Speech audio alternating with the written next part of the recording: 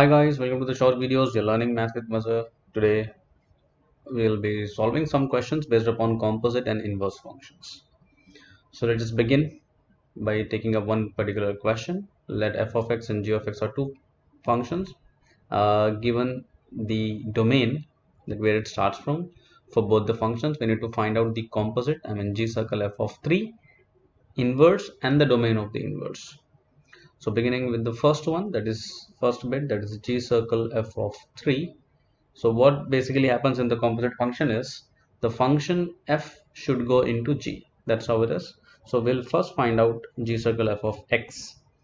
So as I said, the f of f function should go in g. So what is my f function? That is root of x plus 4. It should go in g. So that is nothing but root of x plus 4 whole square. Directly we'll do cancelling this one, so we ended up getting answer g circle f of x is x plus 4, but they're asking us to find out g circle f of 3. So basically in place of x substitute 3, so 3 plus 4 7, so that's the value of the first. Moving on to the second one, wherein we need to work out the function inverse. We all know f of x is nothing but the output, so let us take it as y equals to the radical x plus 4. Now in inverse function, what happens is that we interchange the variables. So this, you can write it like that. Now in order to find and make the y as a subject, what you do is squaring on both sides. So when I do plug in square, what happens is the radical goes out.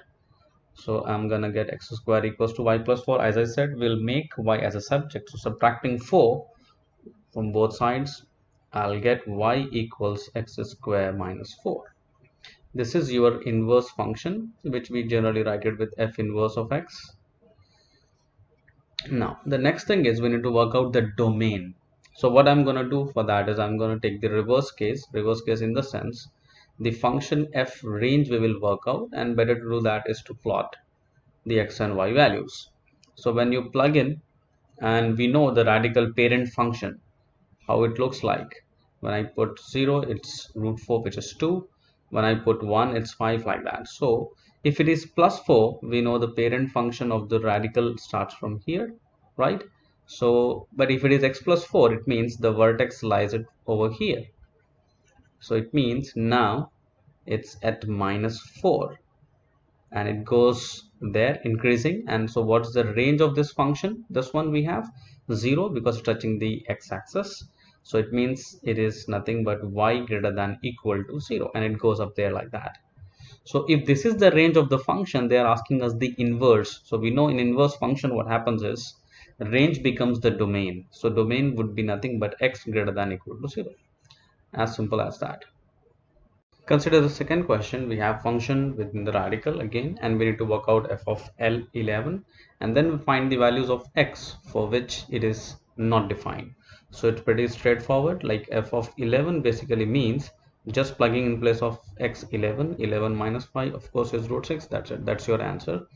Moving on to the second bit, it says which is not defined. So first of all, x minus 5 means the parent function. If you plot it on the graph, you can easily say if it is negative, of course it starts from this one, so it means the graph is defined from there, positive 5, and it goes up there. It means defined for all those values of x which is there, and the minimum value that it is defined is the 5. If I go below 5, I mean if it is 4 minus 5, then it's obviously not real, it is going to be complex.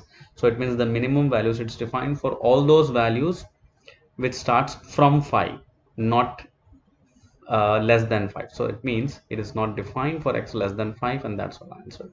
Let's just begin with another question. We've got two function f of x and g of x, and they're asking us to find out inverse of g and the composite. So let's just begin with the first one, finding the inverse. Let's just take the output as y with the g function and interchange your x and y, and find and make y as a subject by adding 3 on both sides and then dividing by 2. So you get y equals to x plus 3 over 2, which definitely will be written in the form of g. So that's your inverse. Now moving on to the next bit, which says the composite f circle g of 4. So we'll find out f circle g of x, means g function must go in f, that is 2x minus 3, as f of x is x square. So it is your composite function f circle g over x, but we need to work out 4. So just plug in place of x4 and get the square of that after simplifying. 8 minus 3 5 square is going to give you 25, and that's your answer. Now let's just take another example, which is a typical IB maths question of the function related topic. We've got a function f of x and g of x, and we need to work out the composite, the first point, and then the second point tells us to translate, and then we'll come back to show the c bit. So first let's just find out the composite, and then we'll be talking it accordingly and doing it. Okay, so f circle g of x, that is the composite. We know it means the g function must go in f. What is my g function? I have x minus 1. It should go in f of x. So basically that means whatever it is, like x minus 1 square, along with that you have to attach plus 4. So this is your composite function. This is your part 1 of the answer. Now read and understand carefully what is meant in the second part of the question. Says the vector 3 minus 1 translates graph of the composite to graph of h. It means like this particular point, it means 3 minus 1 means it is on the right side, and then shift minus 1 down. That's what it means. So but it is the point, we have to find the coordinate of the vertex of the graph h. So basically your h of x we will write in terms of the fog, that is composite function f of g. And how it is, remember, 3 to the right and 1 down. That's how we have expressed h function in terms of the fog, the composite function that we got it. So what does that basically means now? In order to get the exact coordinates, this fog that we got, I mean in place of x, you must substitute this particular point. Remember, we have expressed the h function in terms of fog. That's how I have written it based upon the point which is given to me. If it is positive, it means to the right side, and minus 1 means shifting down. So now this x minus 3 minus 1 should go in the fog. That's how we do it. So it means in place of x, write this entire thing, that is x minus 3 minus 1 whole square and minus 1. So this would give you x minus 4 whole square plus 3, that is your h function, what we've got just now. So what is it? How will you find the coordinates now? As I said, if it is negative 4, it means the coordinate is positive and it's plus 3. So this is your coordinate.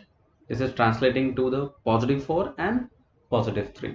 Now the final part of the question says, show that h of x is equals to x square minus 8x plus 19. So if you could expand it, h of x, what we've got just now, there is a minus b whole square identity, x square minus 8x plus 16 plus 3.